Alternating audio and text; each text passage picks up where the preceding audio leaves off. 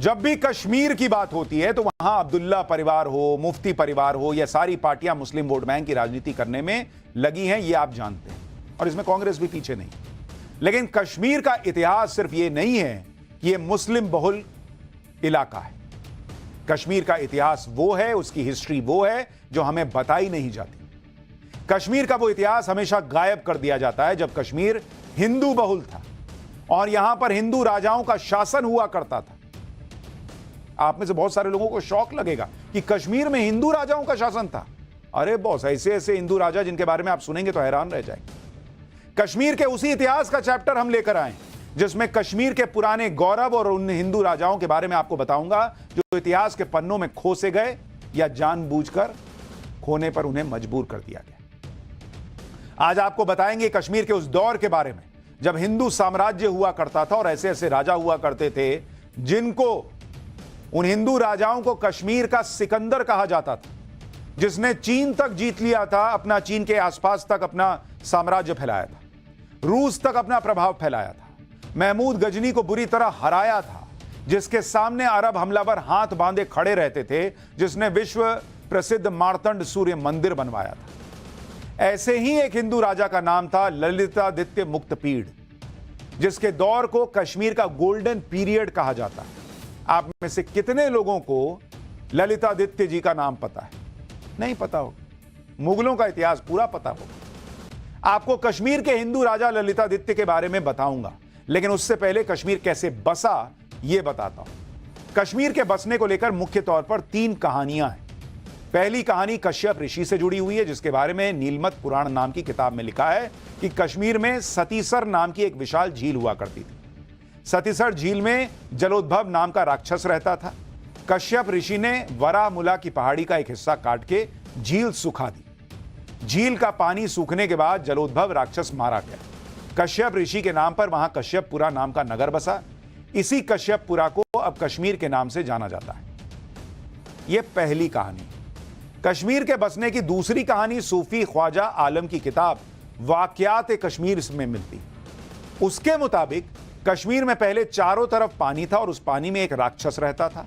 पानी के उस राक्षस से लोगों को काशिफ नाम का आदमी बचाता है। उसके बाद काशिफ इस इलाके को काशिफ सिर के नाम से बसाता है, जो आगे चलकर कश्मीर बन गया। जानकार बताते हैं कि कश्यप ऋषि की कहानी को ही ख्वाजा आजम ने अलग तरह से बताया है।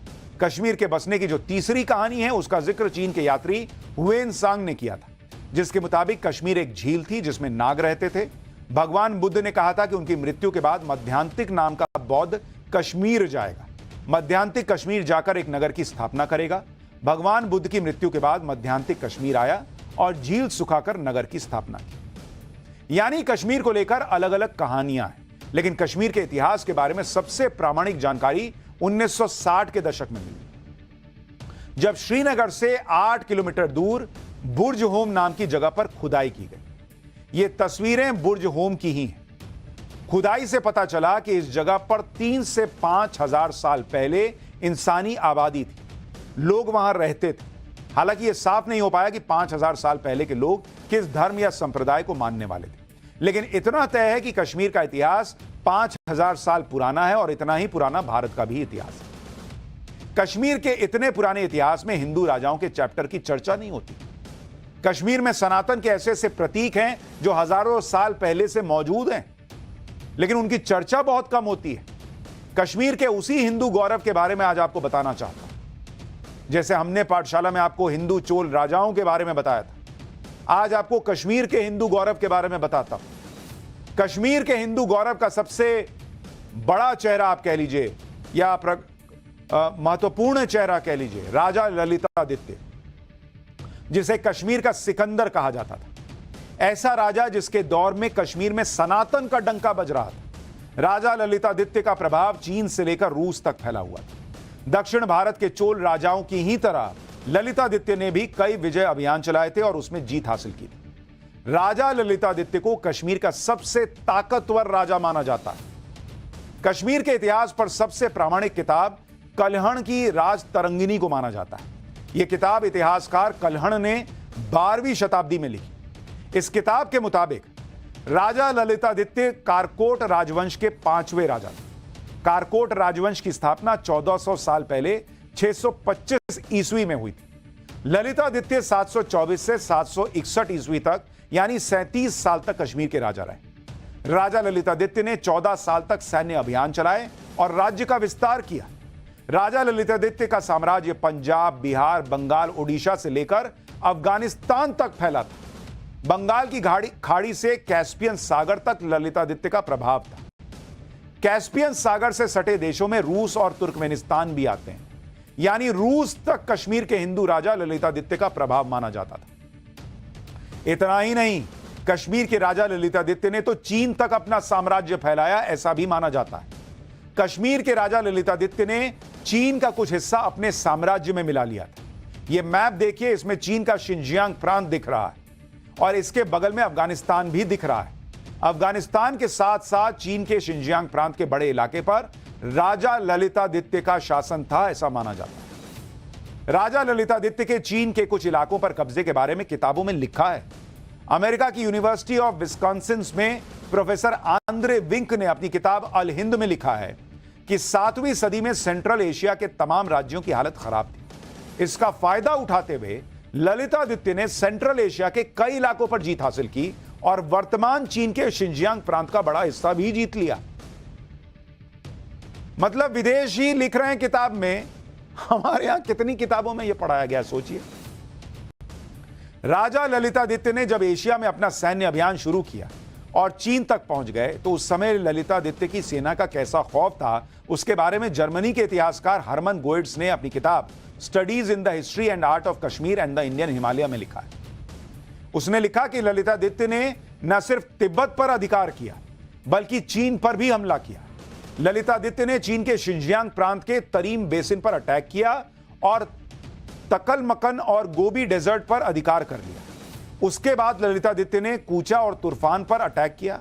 तरीम बेसिन 8,88,000 स्क्वायर किलोमीटर में फैला है और उत्तर पश्चिम चीन का सबसे बड़ा बेसिन है। ललितादित्य ने चीन की राजधानी पीकिंग जिसे वर्तमान में बीजिंग कहते हैं, उसको भी जीत लिया था और करीब 12 साल बाद कश्मीर लौटे थे। इस तरह राजा ललितादित्य का साम्राज्य बंगाल की खाड़ी से लेकर कैस्पियन सागर के सटे देशों तक फैल गया था। सोचिए, ऐसे प्रभावशाली हिंदू राजा के बारे में कितना कम पढ़ाया गया है। विदेशी लिख रहे हैं, यहां पढ़ाने में दिक्कत। राजा ललितादित्य का भारत के इतिहास में एक अहम योगदान और भी है। राजा ललितादित्य की वजह से सालों तक मुस्लिम आक्रमणकारी कश्मीर पर हमला नहीं कर पाए। जर्मनी के इतिहासकार हरमन गोइट्स ने अपनी किताब में लिखा कि ललितादित्य से पहले अफगानिस्तान पर शाही तुर्क राजकुमारों का कंट्रोल था। राजा ललितादित्य ने अफगानिस्तान में हिंदू राज स्थापित किया। राजा ललितादित्य के रहते मुस्लिम आक्रमणकारी पंजाब के मुल्तान से आगे नहीं बढ़ पाते थे, क्योंकि मुस्लिम हमलावरों को पता था कि राजा ललितादित्य के सामने वो टिक नहीं पाएंगे। सनातन के ऐसे गौरव और कश्मीर की हिंदू पहचान के बारे में आगे भी हम हिस्ट्री के चैप्टर में आपको बताते रहे, लेकिन आपको यह सोचना चाहिए कि बॉस, जो कश्मीर हिंदू राजाओं ने जहां राज किया, ऐसा गौरवशाली राज किया, उसके बारे में हमें क्यों नहीं पढ़ाया गया, क्यों नहीं बताया गया।